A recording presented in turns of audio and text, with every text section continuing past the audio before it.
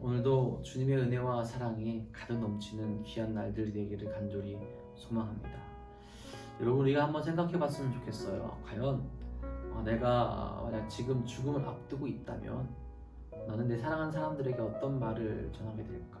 특별히 신앙적인 권면의 말을 어떤 것을 하게 될까? 아마 그런 말을 하지 않을까 싶습니다. 하나님을 더 잘 믿고 하나님께 나아가 우리가 만날 그날에 하나님의 나라에서 기쁨으로 같이 만나자, 그렇게 권면하게 될 것 같아요. 왜? 하나님께 나아가는 그 삶이 이 세상의 그 어떤 것보다 바꿀 수 없는 큰 가치, 우리 가장 귀한 삶이 되기 때문에 그렇습니다. 오늘 우리가 읽은 전도서의 말씀, 그리고 그 전도서를 쓴 전도서의 기자는 그것을 잘 깨달았던 것 같아요. 우리가 잘 알다시피 전도서를 쓴 사람은 그가 살아가는 삶 동안 부귀와 영화를 충분히 누렸던 사람입니다. 그렇다 보니까 인생의 마지막에 있어서, 마지막에 가서 자신의 삶을 돌아보게 되었을 때 후회되는 것이 있었다라는 거예요. 무엇이냐? 하나님을 기억하며 살지 못했던 것이 가장 후회가 된다라는 겁니다. 자기가 누렸던 부귀 영화, 자기가 맛있게 먹었던 음식들, 그 무엇 하나 자기에게 온전한 기쁨이 되지 못하고 오직 하나님을 따를 때 큰 기쁨이 되고 진정한 기쁨이 있는데 그 삶을 살지 못했다라는 거예요. 그래서 우리에게 이야기하는 거죠. 너희 창조주를 기억하라. 그 삶이 믿음의 삶을 살아가는 자들에게 가장 가치 있고 귀한 삶이 된다라는 겁니다. 자, 그럼 오늘 전도서 기자는 우리에게 어떤 것들을 이야기하며 여호와 하나님을 기억해야 되는지 한번 살펴보도록 하겠습니다. 첫 번째는 이렇게 이야기하죠. 인간은 연약한 존재이기 때문에 창조주 하나님을 기억해야 된다. 그렇죠, 여러분? 연약하지 않은 사람이 있을까요? 그러니까 인간적인 눈으로 볼 때 건강한 사람들은 있을 거예요. 하지만 크게 볼 때 그 모든 사람들은 다 연약합니다. 유혹 앞에 연약하고요. 그리고 언젠가는 시간이 흘러가면 모두가 다 건강이 나빠지고 쓰러질 수밖에 없는 그런 삶으로 나아가게 된다라는 거죠. 시간 앞에 공평하고 하나님 앞에 공평한 삶을 살아가게 된다라는 거죠.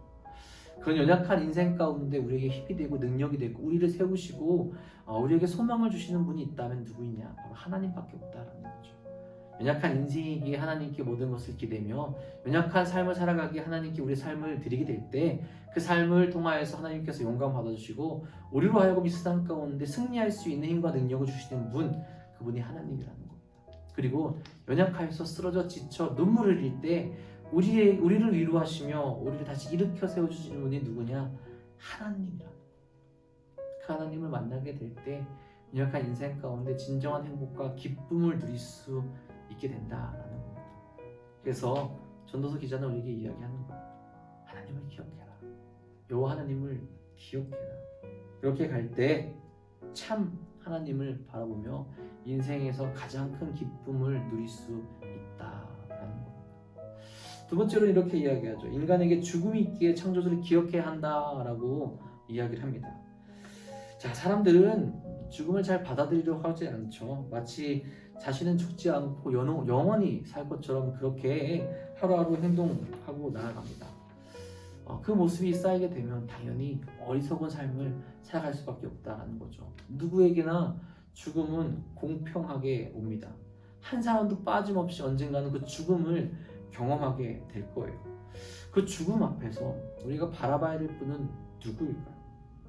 하나님밖에 없습니다. 그 죽음을 헛되이 않으시는 분이 하나님이라는 거예요. 하나님을 떠난 인생은 결국 헛되고 헛되다라고 말할 수밖에 없다라는 거죠. 우리도 그렇고요. 세상 사람들도 그렇고 굉장히 바쁜 삶을 살아가죠. 왜 바쁘게 살아갑니까?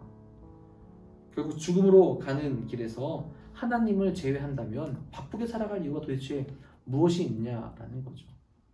결국 아무런 소망도 없이 지금의 삶을 위해서만 살아간다면 결국 다 끝나게 되고 아무것도 남지 않을 텐데 왜 이렇게 바쁘게 살아간다는 거죠. 그 이유와 그 소명과 그 사명을 주시는 분이 하나님이라는 거죠. 우리로 하여금 죽음이 끝이 아니라 죽음 이후의 삶이 있고 그 삶을 우리에게 주시며 우리에게 소망을 주시며 지금 이 순간 우리로 하여금 기쁨을 누리며 감사를 누리며 하나님을 찬양하며 살아갈 수 있는 우리 이유를 우리에게 주신다라는 거죠. 죽음 앞에 유한한 인생이지만 그 유한한 인생을 하나님께 드릴 수 있는 삶을 우리로 하여금 하나님을 기억함으로 인하여서 살아갈 수 있게 된다는 거죠. 그 삶이 결코 고통스럽거나 어렵거나 아픈 삶은 아니죠. 굉장히 기쁘고 의미를 찾은 삶이고 결핍된 것을 다시 채워가는 삶이 될 수 있다라는 겁니다.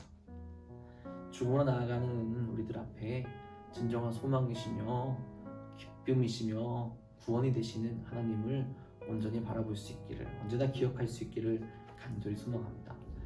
세 번째로는 이렇게 말하죠. 죽음 뒤에 심판이 있기 때문에 창조주를 기억해야 된다라고 이야기합니다. 인간에게 있어도 죽음은 두려운 거예요. 근데 죽음보다 더 두려운 게 있다면 바로 심판입니다.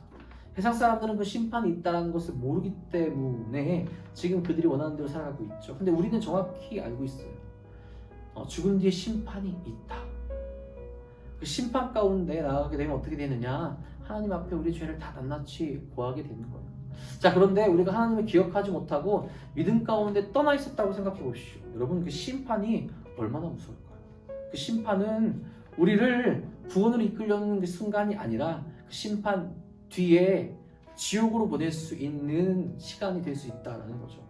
그러니 하나님을 믿지 않고 기억하지 못한 사람들에게는 굉장히 두렵고 무서운 순간이 될 수 있는 시간이 바로 심판이라는 거죠. 그런데 하나님을 기억하고 하나님께 나아가고 하나님과 함께 했던 사람들에게 심판은 어떤 시간일까요? 하나님께 나아갈 수 있고 하나님과 함께 할 수 있는 그 구원의 순간이 될 겁니다. 자, 우리는 다 그렇게 고백하죠. 예수 그리스도의 보혈의 능력으로 우리 죄가 다 용서받았다. 심판의 순간에 하나님 앞에 우리 죄를 고하더라도 그 죄를 고하는 것은 우리를 심판하고 우리를 지옥에 보내서가 아니라는 거죠. 이미 그 죄는 다 예수 그리스도의 보혈로 씻겨져 있고 그 이후에 하나님과 함께 할 수 있는 천국으로 향할 수 있게 된다라는 겁니다. 그렇게 전도서 기자는 우리에게 이야기하는 거예요. 여호와 하나님을 기억해라. 여호와 하나님을 기억하는 그 삶을 꼭 살아가야 된다. 그래야 우리 인생에서 가장 의미 있는 삶을 살아가게 되고 죽음 이후에 있을 심판까지도 두려워하지 않는 삶을 우리가 살아갈 수 있다라고 우리에게 가르쳐주고 있다라는 거죠. 여러분, 우리 삶을 돌아봤으면 좋겠습니다. 지금 우리는 어떻게 살아가고 있습니까? 하나님을 기억하며 매일매일 하나님께서 주시는 소망을 품고 살아가고 있는지, 아니면 하나님을 잊고 내가 원하고 내가 바라는 것만을 추구하며 살아가고 있지는 않은지 생각해 볼 수 있기를 바랍니다. 우리는 연약하고 죽음을 향해 나아가고 있고 죽음 뒤에 심판이 있다는 것을 늘 기억하면서 언제든 내가 하나님을 늘 기억했으면 좋겠고요. 내가 알지 못하는 이들에게도 그 하나님을 전할 수 있는 삶을 온전히 살아가는 성도님들 되시기를 간절히 바랍니다. 여러분, 제가 지금 서 있는 곳이 어딜까요? 네, 영화부실이에요. 우리 교회의 가장 어린 아이들이 예배를 드리는 곳이죠. 부탁드리고는 우리 이 영화부 아이들을 위해서 함께 기도했으면 좋겠습니다. 이 아이들도 자라나는 동안에 언제나 우리 창조주 여호와 하나님을 기억하는 삶을 살아갈 수 있기를, 그리고 같이 기도하시면서 사랑하는 성도님들도 늘 하나님을 기억하는 삶으로 나아갈 수 있기를 주님의 이름으로 간절히 축복하고 축원합니다.